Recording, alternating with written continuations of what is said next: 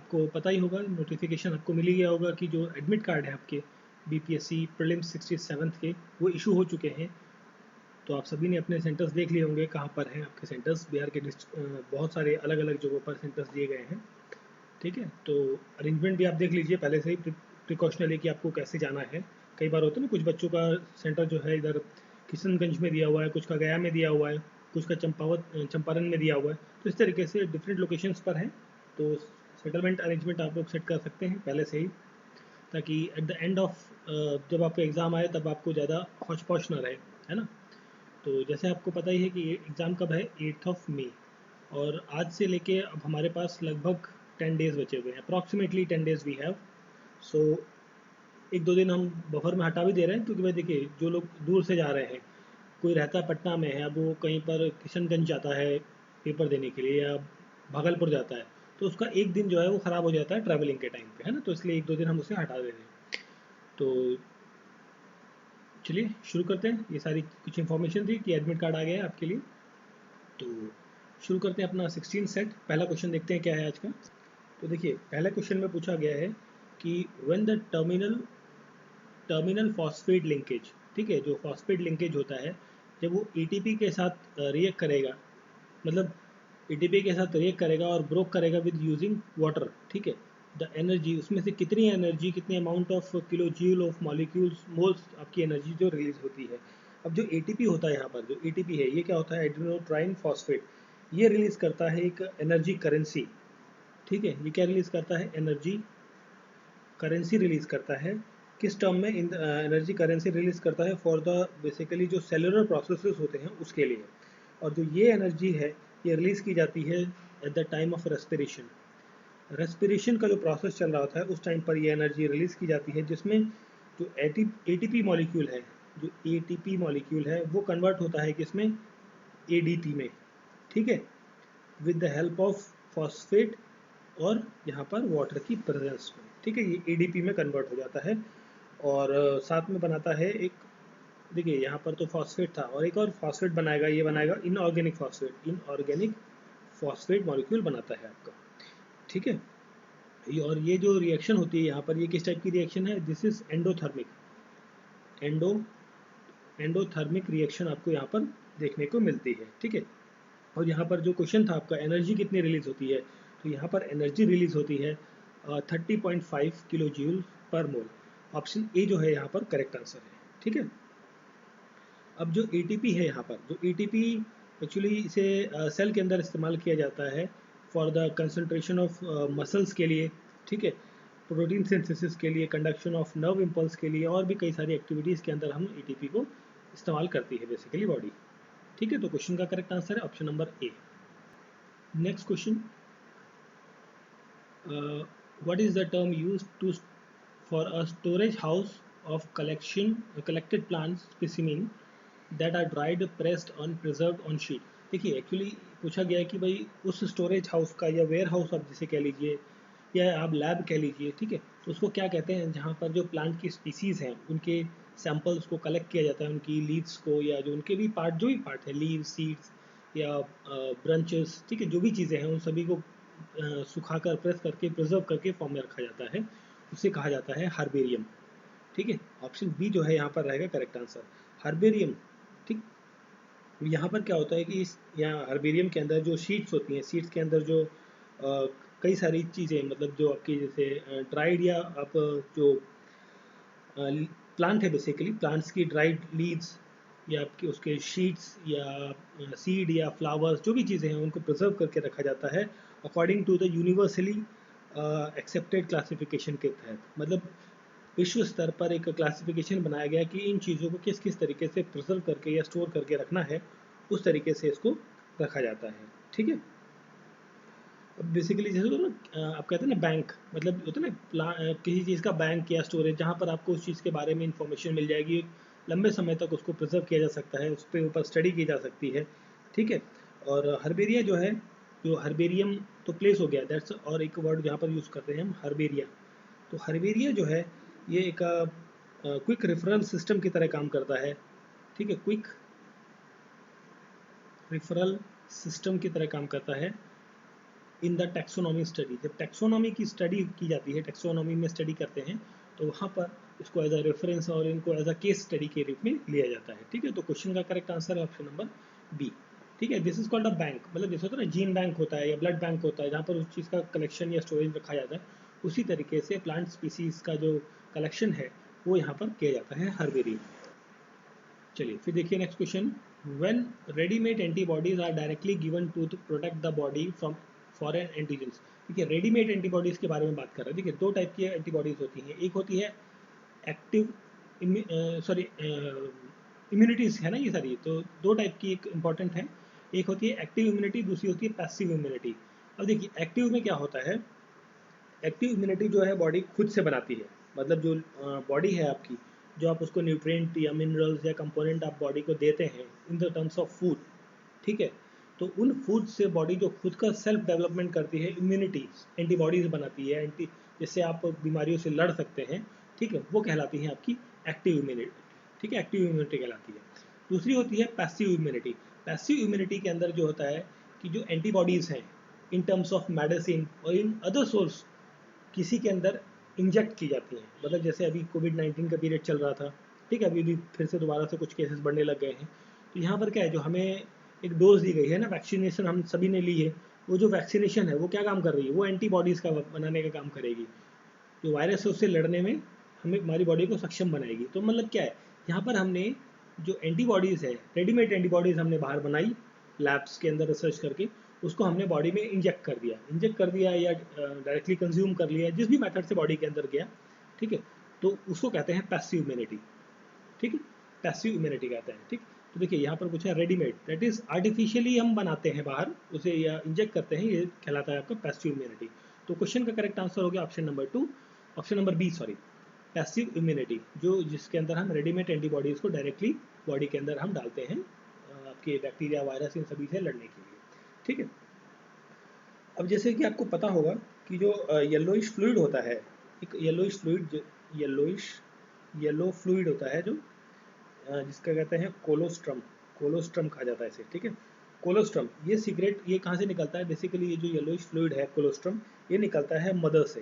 कहाँ से, मदर से, जो न्यूली मदर बनी हुई है या मतलब जो होता है ना मदर के, बेसिकली मदर के अंदर होता है ये इनिशियल डेज ऑफ लैक्टेशन में, जो इनिशियल डेज होते हैं लैक्टेशन के वहाँ पर, और ये बेसिकली जो न्यू बेबी है या न्यू इन्फेंट है उसके अंदर क्या डालने में हेल्प करता है, इम्यूनिटी प्रोवाइड करने में हेल्प करता है। जो आपने एक स्लोगन सुना होगा कि जो बच्चा जब जन्म लेता है, इनिशियल स्टेजेस पे जन्म होता है जब उसका, तो उसके लिए जो मदर का मिल्क होता है, ठीक है, दूध होता है, वो बहुत ज़्यादा इंपॉर्टेंट होता है। वो उस बच्चे के लिए क्या है, एक एंटीबॉडीज़ का काम करता है।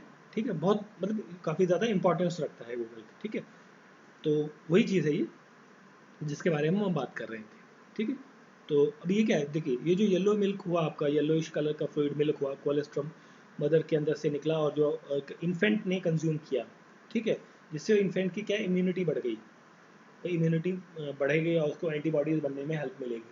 तो ये क्या है, this is an example of passive immunity. भाई देखिए मदर से जाकर वो इन्फेंट के अंदर गया है, तो इन आर्टिफिशियली एक तरीके से बाहर से लिया, बाहर से वो किसी और पर्सन के बच्चे मतलब किसी और में गया, बॉडी ने खुद ने नहीं बनाया, तो this is an example of passive immunity, this is example of passive immunity. ठीक है, समझ गए पैसिव इम्यूनिटी का एग्जांपल क्या होता है, क्या हो सकता है। ठीक है, next question, which of the following pair is not correctly matched. Not correctly matched पूछा हुआ है यहाँ पे, नॉट ध्यान रखिएगा। ऑनियन प्लांट है और एडिबल पार्ट है, प्लांट का कौन सा पार्ट जो है हम खाते हैं कंज्यूम करते हैं उसके बारे में पूछा गया है। तो देखिए सबसे पहले है ऑनियन। ऑनियन का जो हम लोग पार्ट खाते हैं जिसे कहते हैं फ्रेशी लीव्स, जो ऑनियन के छिलके होते हैं ना, उनमें बेसिकली वो लीव्स होती है, पत्तियाँ होती हैं उसकी ऑनियन की, ठीक है, जिन्हें हम कंज्यूम करते हैं, these are called fleshy leaves, जिन्हें हम खाते हैं। ठीक है, तो करेक्टली मैच है ऑप्शन ए, तो आपका करेक्टली मैच है। नॉट पूछा है सैफरॉन, और जो सैफरॉन होता है, सैफरॉन एक बेसिकली क्या है, मसाला है, दिस इज अ स्पाइस, ठीक है, जो मिलता है हमें फ्लावर से, फ्लावर के क्रोकस स्टेवियम स्टेवियस, क्रोकम स्टेवियस के फ्लावर से मिलता है, बेसिकली फ्लावर का प्लांट पार्ट है ये, this is a part of flower saffron, option correctly match है। पोटैटो, पोटैटो जो है बेसिकली ये क्या होता है कि जो पोटैटो होता है ये, इसका जो पार्ट हम खाते हैं ना, कंज्यूम करते हैं, उसे कहते हैं ट्यूबर, ठीक है, या फिर ट्यूबर ना होकर मॉडिफाइड स्टेम कहेंगे आप इसे, मॉडिफाइड स्टेम, ठीक है, ट्यूबर या मॉडिफाइड स्टेम। यहाँ पर लिखा रूट, रूट नहीं होती है वो, ठीक है। तो यहाँ पर जो गलत मैच है, मतलब नॉट पूछा था करेक्टली मैच, तो ऑप्शन नंबर सी जो है ये करेक्ट आंसर रहेगा। गिंगर, जो गिंगर मतलब जो अदरक है आपका, जो उसका जो लार्ज पार्ट हम खाते हैं जिसे आप कहते हैं राइजोम, ठीक है, राइजोम कहा जाता है जिस पार्ट को हम ईट करते हैं, खाते हैं, राइजोम। तो क्वेश्चन का correct answer option number C, potato, जो ट्यूबर कहलाता है, जिस पार्ट को हम कंज्यूम करते हैं, रूट नहीं होती है।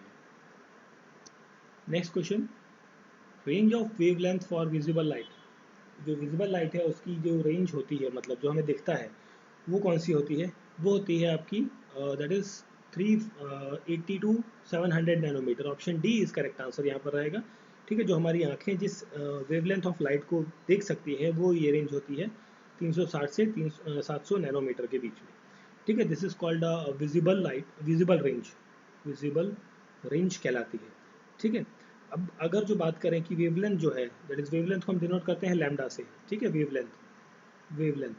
तो वेवलेंथ अगर जो ज़्यादा हो, किससे, 400 नैनोमीटर से ज़्यादा होती है अगर जो वेवलेंथ, तो उसे कहते हैं basically that is called red, red colour वहाँ पर आपको देखने को मिलता है, और उसे कहा जाता है infra light, infra infra red light या इंफ्रा लाइट के रूप से, नाम से हम इसे जानते हैं, ठीक है।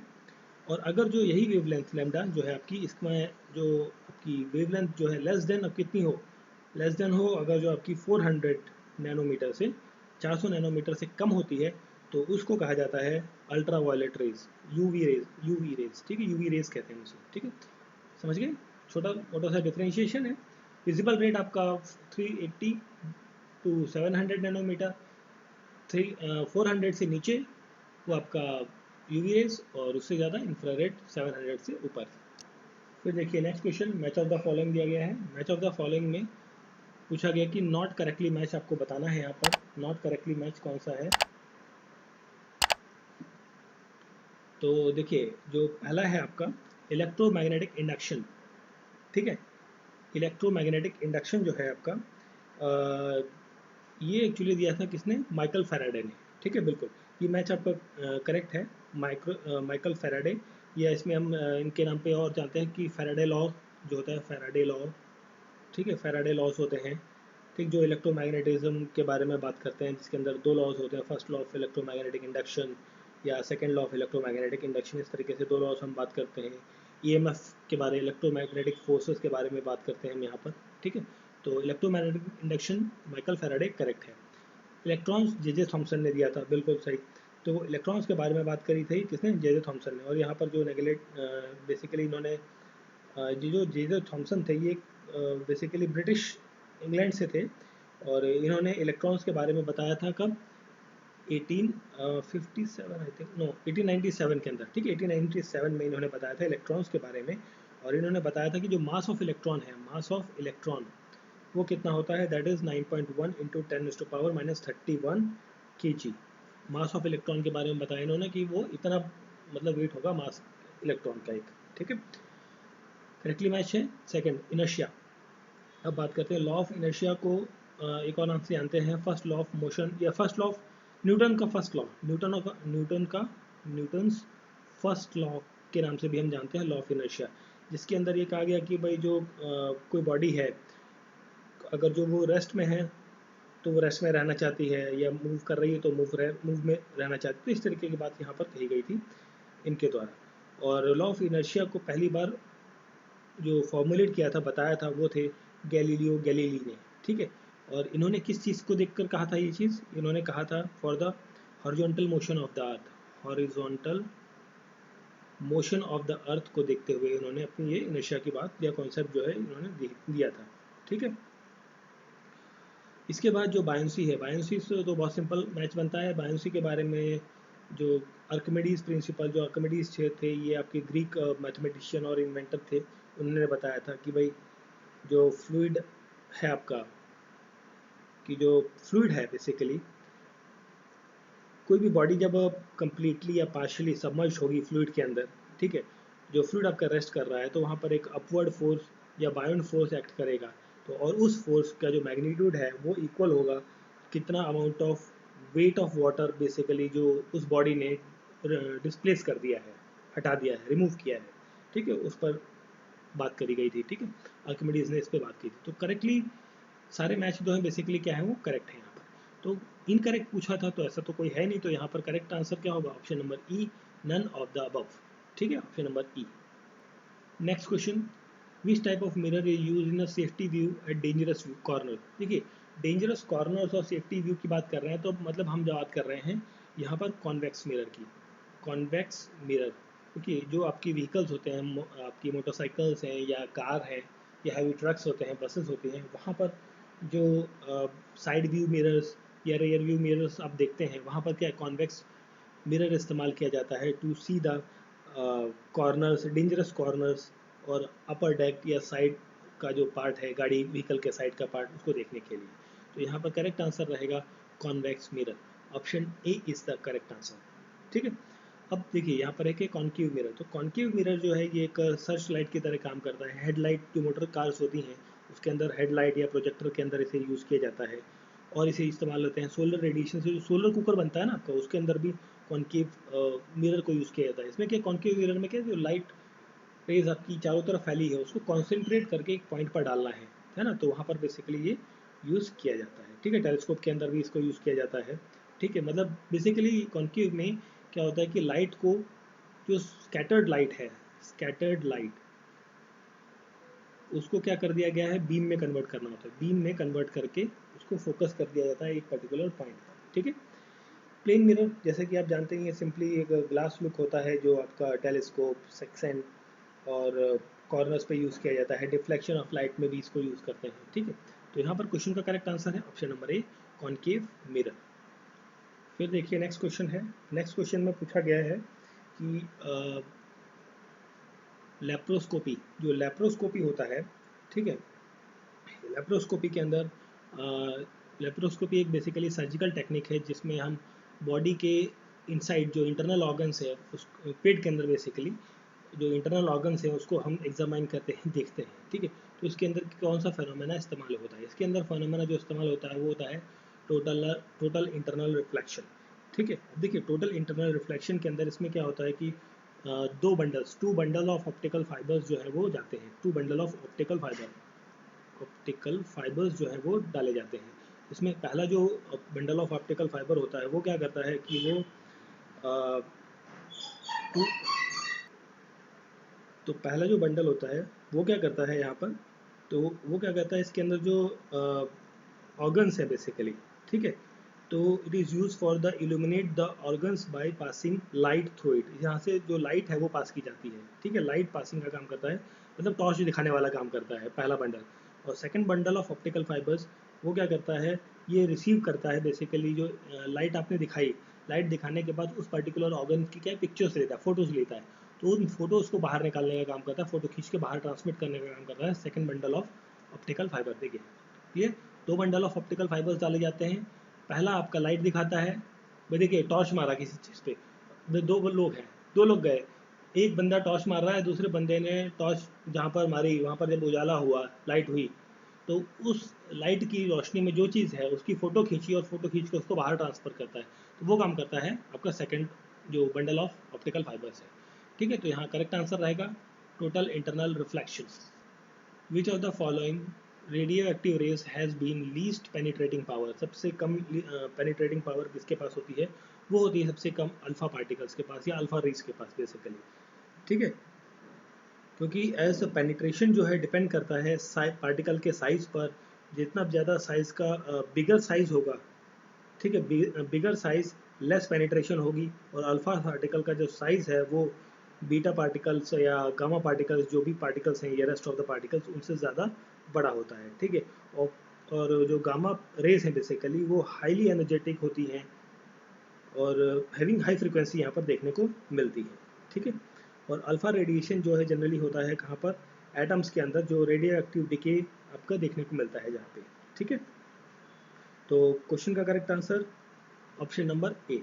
और अल्फा पार्टिकल जो है ये अनेबल होता है पेनिट्रेट, मतलब आउटर लेयर में पेनिट्रेट करके डेड स्किन सेल्स के अंदर जाना, इसके लिए थोड़ा सा बहुत ज़्यादा ही मुश्किल काम होता है, मतलब पार्ट नहीं, पेनिट्रेशन मतलब पार ही नहीं हो पाता, मतलब एक लेयर से दूसरी लेयर को पार करके आगे जाना ही इसके बस की नहीं होती है, ठीक है, क्लियर। तो option A is correct answer. Next question है, देखिए इस क्वेश्चन में पूछा गया है कि जो कोविड-19 का जो पेंडेमिक टाइम था, उसमें माइग्रेंट वर्कर्स जो है कई सारे ट्रैवल कर रहे थे अपने घरों के लिए, मतलब कहीं पे वर्क कर रहे हैं, मतलब मान लीजिए दिल्ली में काम करते हैं, तो पेंडेमिक कंडीशन आई, लॉकडाउन लगा, तो सब लोग अपना अपने स्टेट्स जो यूपी, बिहार, राजस्थान, जहाँ जहाँ के भी हैं, बंगाल के, वेस्ट बंगाल, ठीक है, जहाँ के भी हैं वो लोग नेटिवली, वो वहाँ पर वापस जा रहे थे, ठीक है। तो जब ये वापस जा रहे थे तो वहाँ की जो गवर्नमेंट थी, स्टेट, तो उनके ऊपर स्प्रे कर रही थी, स्प्रे मतलब सैनिटाइज कर रही थी उन लोगों को, जब वो लोग पास होते थे किसी पर्टिकुलर एरिया से या जहाँ पर भी पहुँचते थे वो लोग, तो सैनिटाइज किया जाता था। सैनिटाइजेशन के लिए कौन सी चीज़ इस्तेमाल की गई थी वहाँ पर ये पूछा गया है। तो वहाँ पे इस्तेमाल हुआ था आपका सोडियम हाइपोक्लोराइड। सोडियम हाइपोक्लोराइड जो है वो इस्तेमाल किया गया था फॉर द सैनिटाइजेशन पर्पस, ठीक है।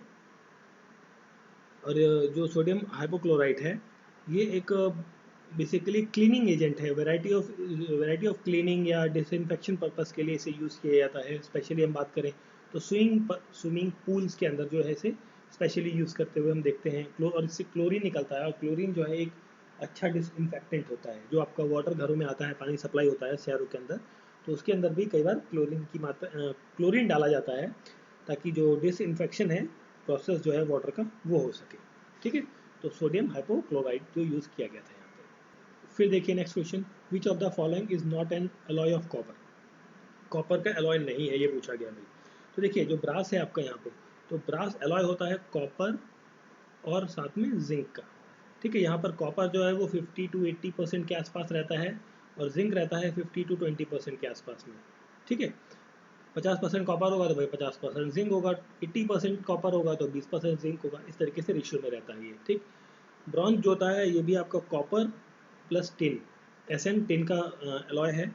इसमें कॉपर जो है 90 to 93% रह सकता है, और टिन जो है 10 से 7% के आसपास 7% देखने को मिलता है, ठीक है। फिर हम बात करें गन मेटल की, जो गन मेटल है या गन पाउडर जहाँ पर यूज़ कर, basic gun metal not powder, तो गन मेटल के अंदर भी कॉपर, टिन और साथ में जिंक, ये तीन चीज़ें देखने को मिलती हैं। कॉपर 88%, टिन आपका आई थिंक 10% रहता है, और जिंक रहता है 2%, ठीक है। तो ये 100 हो गया ना पूरा, ठीक। तो देखिए ये तीनों चीज़ों में तो कॉपर आपको मिल रहा है ना। एल्यूमेल, एल्यूमेल के अंदर ये जो कॉपर है ये प्रेजेंट नहीं होता, ठीक है।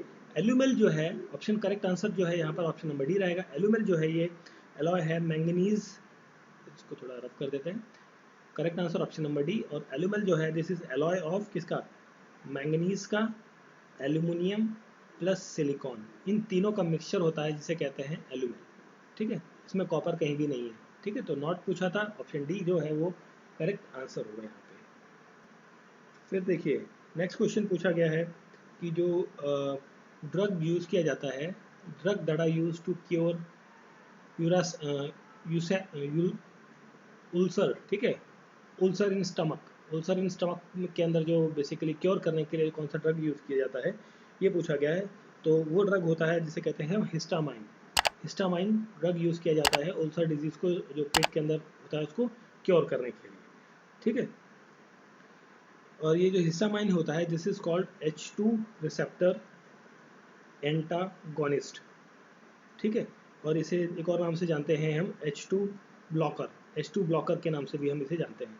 H2 रिसेप्टर एंटागोनिस्ट या फिर H2 ब्लॉकर के नाम से हम जानते हैं, जिसे 77% एंड 92% ऑफ डिओडेंटल उल्सर जो है वहाँ यूज़ किया जाता है, ठीक है। तो क्वेश्चन का करेक्ट आंसर है option number D, quinine is used. देखिए quinine is used treating malaria. देखिए बहुत ही सिंपल क्वेश्चन है, बहुत बार आ चुका है, पता नहीं कितनी बार ये क्वेश्चन मैंने देखा हुआ है, और कई एग्जाम्स में अभी भी जो रिसेंटली आपके अप्रैल के मंथ में एग्जाम हुए हैं, 3 एग्जाम्स में के अंदर मैंने ये क्वेश्चन देखा हुआ है। बहुत इंपॉर्टेंट क्वेश्चन है ये क्वेश्चन, तो गलती से भी गलत होने के चांसेस नहीं होने चाहिए, ठीक है। तो क्विनीन जो है ये यूज़ किया जाता है इन बेसिकली मलेरिया के ट्रीटमेंट में। मलेरिया किसकी वजह से होता है, ये मॉस्किटो की वजह से होता है। उस मॉस्किटो का नाम है फीमेल एनोफिलीज मॉस्किटो, ठीक है। तो ये आपको मिलता है चिनकोना ट्री से। चिनकोना ट्री की जो बार्क होती है, बार्क मतलब जो पेड़ की छाल होती है, वहाँ से निकाला जाता है, जो ट्रीटमेंट में यूज़ होता है मलेरिया की, ठीक है। ये एक बेसिकली वाइट कलर का एल्कोलाइड और बिटर इन टेस्ट आपको मटेरियल देखने को मिलता है, ठीक है। और चिंकोना ट्री की बार्क को हम बेसिकली अगर जो हम साइंस के या बायोलॉजिकल टर्म में बात करें तो ये होता है angiospermic part of the plant होता है, ठीक है। और ये साथ ही साथ देखिए मलेरिया में तो यूज़ होता ही है, साथ ही साथ जो अर्थराइटिस की बीमारी होती है उसके अंदर भी क्विनीन का इस्तेमाल किया जाता है। तो इस क्वेश्चन का करेक्ट आंसर है option number D. Next question, father of modern genetics is given to the, देखिए जस्ट मिनट, यहाँ पर डार्विन नहीं होगा, ठीक है, इसे काट दीजिए, ये गलती से यहाँ आ गया, ठीक है। तो देखिए title of father of modern genetics वो किसे मिलता है, मतलब किसे कहा जाता है?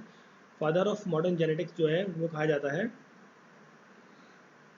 जो जस्ट यहाँ थोड़ा नामों के साथ कुछ तो गड़बड़ हो गई है, नहीं ठीक है। देखिए फादर ऑफ जो ये है डी, ठीक है। तो फादर ऑफ मॉडर्न जेनेटिक्स कहा जाता है जॉन मेंडल, ठीक है, जॉर्जर जॉनन मेंडल, ठीक है। ही is the father of modern genetics, ठीक है। ये बेसिकली कौन थे? ये थे जो एक ऑस्ट्रिया जो देश है, वहाँ पर एक चर्च था।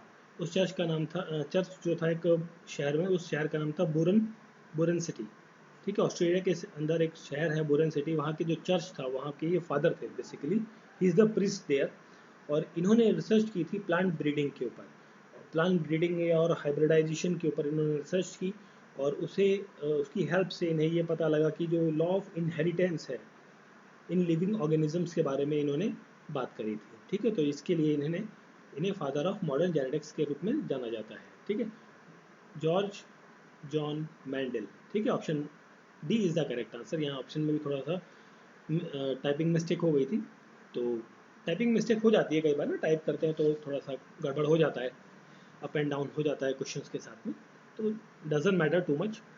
जिन लोगों को पढ़ना है करेक्ट आंसर उस क्वेश्चंस के पीछे जाना है तो उन लोगों को कोई फ़र्क नहीं पड़ता। जिन लोगों को ज़्यादा फालतू खुरापाती रहती है उन लोगों को थोड़ा सा कमेंटबाजी रहती है, तो forget about those who are really interested, please be focus on the questions, forget about the spelling mistakes and rest of the things, okay. चलिए फिर आगे बढ़ते हैं। नेक्स्ट क्वेश्चन देखिए, alitame is an example of, alitame किसका example है? Alitame basically क्या है? ये this is an artificial sweetener है। ये एक हाई पोटेंशियल आर्टिफिशियल स्वीटनर है जो कि जो नॉर्मल शुगर होती है आपकी उससे 2000 गुना 2000 टाइम्स जो है वो स्वीट होता है एज नॉर्मल शुगर से, ठीक है। और ये बेसिकली आपका आर्टिफिशियल स्वीटनर है जो बेसिस के अंदर प्रोटीन और डेप्टिन कई सारी चीज़ें देखने को मिलती है। ये ज़्यादा स्टेबल होता है एस्पर्डेम से, ठीक है। जो एस्पर्डेम होता है वो भी एक आर्टिफिशियल स्वीटनर होता है, उससे ज़्यादा आपका रिलायबल होता है बेसिकली, ठीक है। तो option A is the correct answer. फिर देखिए next question, percentage of water in the human body के अंदर कितने अमाउंट ऑफ परसेंटेज वाटर जो है वो रहता है? वो होता है 60 to 70%। ऑप्शन नंबर ए जो है यहाँ पर करेक्ट आंसर होगा।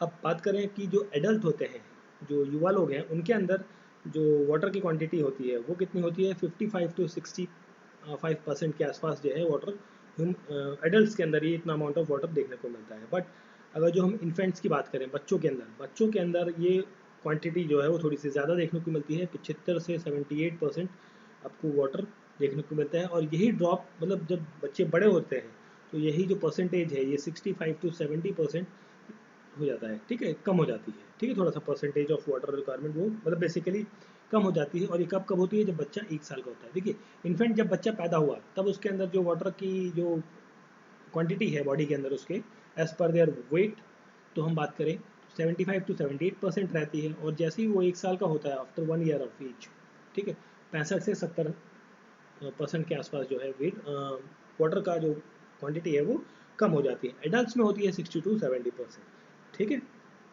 और वाटर जो है एक बहुत बड़ा रीज़न है हमारी बॉडी के वेट का, ठीक है।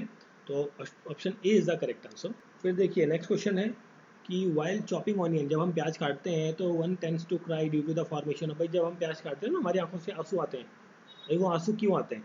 वो आते हैं आपकी आपकी सल्फोनिक एसिड की वजह से, ठीक है, sulphuric acid. This is not sulphuric acid, this is sulphuric acid. इसकी वजह से हमारे आंखों में आंसू देखने को मिलते हैं। ये एक किसका पार्ट है? This is a part of, या एक प्रकार है basically amino amino acid sulphoxide का। सल्फॉक्साइड, अमीनो एसिड सल्फॉक्साइड होता है, उसका एक पार्ट है बेसिकली, टाइप ऑफ है उसका सल्फेनिक एसिड, ठीक है। और इसकी अगर जो हम बात करें, सल्फेनिक एसिड एक वोलेटाइल गैस होती है जो प्रोपेन इथिनियोल एस ऑक्साइड होता है। अब इसका अगर जो हम बात करें ना, इसको केमिकल नेम वो होता है प्रोपेनिथियोल एस ऑक्साइड, ठीक है। This is chemical name of sulphenic acid.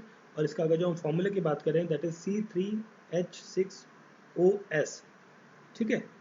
S oxide है ना, एस ऑक्साइड, ठीक है। This is the chemical formula of sulphenic acid, ठीक है, जो कि स्टिमुलेट करता है, मतलब हमारी टीएस में आंखों में से जो आंसू आते हैं उसके प्रोडक्शन के लिए रिस्पॉन्सिबल है, ठीक है। Option C is correct answer. फिर देखिए next question, Spanish flu was widely read recently. देखिए स्पेनिश फ्लू वाइडली रीड का मतलब, देखिए अभी फैला नहीं था, ये फैला था। देखिए एक्चुअली ये फैला था, जो स्पेनिश फ्लू है ये आपका आया था आई थिंक 1918 और 1990, जो 1919 के आसपास, जब वो आपका वर्ल्ड वॉर 1 चल रहा था, उस टाइम पर ये स्पेनिश फ्लू फैला था। उसके 100 साल बाद अभी आपका 2019-20 के आसपास में आपका कोविड-19 आया, लगभग 100 साल के बाद। तो रिसेंटली न्यूज़ में रहा ये भाई, लोगों ने बहुत ज़्यादा पढ़ा स्पेनिश फ्लू के बारे में, क्योंकि उस फ्लू से लोगों को जानकारी मिले कि भाई कैसा कैसा ड्रास्टिक एक ग्लोबल लेवल पे जो एक पेंडेमिक सिचुएशन क्रिएट होती है, तो कैसे उसको ट्रीट करना है, क्या किया जा सकता है उस केसेस में। तो it is a cause by which of the following virus, इस जो ये स्पेनिश फ्लू हुआ था, इसमें पूछा गया सवाल में कि स्पेनिश फ्लू जो होने का कारण था वो क्या था। तो स्पेनिश फ्लू किस वायरस की वजह से हुआ था? वो वायरस था N1H1। Option number A is the correct answer. N1H1 influenza virus जिसे कहते हैं हम, उसकी वजह से स्पेनिश फ्लू आपको देखने को मिला था ड्यूरिंग द वर्ल्ड वॉर 1, ठीक है। उसी तरीके से कोविड 19 जिसे है ना, कोरोना वायरस, इसे भी डिक्लेयर किया गया ग्लोबल हेल्थ क्राइसिस, जिसके अंदर कई सारी जैसे स्पेनिश इन्फ्लुएंजा जो आया था उस टाइम पर बहुत सारी मौतें हुई, बहुत सारी स्प्रेडिंग्स देखने को मिली बीमारियों की। तो वही चीज़ आपको यहाँ पर भी देखने को मिली, ठीक है। तो क्वेश्चन का correct answer option number A. फिर देखिए नेक्स्ट क्वेश्चन है हमारा, the mixture of sodium and potassium salts of fatty acid वो क्या कहलाता है? देखिए सोडियम और पोटेशियम का जो मिक्सचर होता है ना फैटी एसिड्स का, वो कहलाता है आपका सोप, साबुन, ठीक है। Option A is the correct answer, ठीक है। Sodium soap is a mixture of sodium और पोटेशियम सॉल्ट्स का फैटी एसिड का मिक्सचर होता है, जो कि आपका कहाँ से निकलता है? This is derive from oil और फैटी फैट्स, ठीक है। बाय रिएक्टिंग विद, इसको रिएक्शन होती है अल्कलाइज के साथ में, और इसके लिए जो टेम्परेचर होता है वो 80 to 110 degree, sorry not 110, 100 degree Celsius के तापमान पर किया जाता है। और इस प्रोसेस को बेसिकली कहा जाता है सपोनिफिकेशन। सपोनिफिकेशन के नाम से हम जानते हैं इस प्रोसेस को, जिसके अंदर हम सोप का प्रोडक्शन करते हैं बेसिकली, ठीक है। Option A is the correct answer. Saponification process of making soap from the sodium and potassium salts of fatty acids from the which are derived from the oil and fats, ठीक, जो react करते हैं with the alkalis metals of sodium and potassium hydroxide के साथ at the temperature of 80 to 100 degree Celsius. इस process को, पूरी कहानी को कहते हैं सपोनिफिकेशन, ठीक है। कभी पूछा जाए सपोनिफिकेशन क्या आता है, आगे आगे जो क्वेश्चन व्हाट इज सपोनिफिकेशन, तो आपको पता होगा कि भाई क्या क्या होता है, ठीक है। तो option A is the correct answer. Next question है अर्बोरिकल्चर, ठीक है। Arboriculture refers to the cultivation and rearing of, ये किस चीज़ के बारे में बात करता है? इसके अंदर जो एक्चुअली ये कल्टीवेशन, देखिए इसके अंदर जो ना अर्बोरिकल्चर, इसके अंदर कल्टीवेशन, मैनेजमेंट और स्टडी, इन तीनों चीज़ों के बारे में बात करी जाती है of the individual tree, shrubs, vines and other जो पेरिनियल वुडी पार्ट है, मतलब वुडी प्लांट है बेसिकली, जिसके अंदर थोड़ी सी लकड़ी आपको देखने को मिलती है, उस तरीके को basically this is a science और अ ब्रांच ऑफ साइंस, जिसके अंदर हम इन सब चीज़ों के बारे में बात करते हैं और साथ में ये स्टडी करते हैं कि ये प्लांट्स जो है वो ग्रो कैसे कर रहे हैं और इनकी जो रिस्पॉन्सिबिलिटी है या रिस्पॉन्ड है थ्रू द इन्वायरमेंट और जो कल्चरल प्रैक्टिस है उसके तरफ कैसा बिहेवियर रहता है यहाँ पर, ठीक है। तो basically this is a tree and shrub, option C is a correct answer. हमने अभी पहली लाइन में बात करी थी ना कि ये स्टडी के बारे में बात करता है, कल्चरल आपका management study of the individual trees के बारे में, या आप शर्ब्स वाइन्स या अदर वुडी प्लांट्स के बारे में बात करता है, ठीक है। तो option C is the correct answer. तो these are the questions of practice set number 16। I hope so आपको क्वेश्चंस अच्छे लगे होंगे, समझ में आए होंगे, इंपॉर्टेंट क्वेश्चंस हैं। एक दो क्वेश्चंस और हम लेंगे अभी थोड़ा साइंस के, उसके बाद फिर हम बाकी अदर चीज़ों को कवर अप करते हैं। तो थोड़ा सा स्पीड अप बढ़ाएंगे, दिन में 2-3 वीडियो डालने की कोशिश करूँगा मैं, ठीक है। तो कई बार थोड़ा सा बिजी हो जाता हूँ, तो जिस वजह से मैं वीडियो नहीं डाल पाता हूँ, 1-2 दिन कई बार ऐसा थोड़ा सा हो जाता है, बट कोई बात नहीं। बट आपको जो भी क्वेश्चंस आपको मिल रहे हैं उनको आप प्रैक्टिस करते रहिए, सुनते रहिए, रिवाइज करते रहिए। जितना ज़्यादा रिवाइज करेंगे उतना ज़्यादा बेनिफिट रहेगा आपके एग्जाम के लिए, ठीक है। तो प्लीज़ जिन लोगों ने लाइक नहीं किया है वो चैनल को लाइक कर लें, सब्सक्राइब कर लें और बेल आइकन ज़रूर प्रेस करें ताकि नेक्स्ट नोटिफिकेशन आपको जब भी आए वो मिल जाए, ठीक है। मिलते हैं नेक्स्ट वीडियो में। Thank you for watching.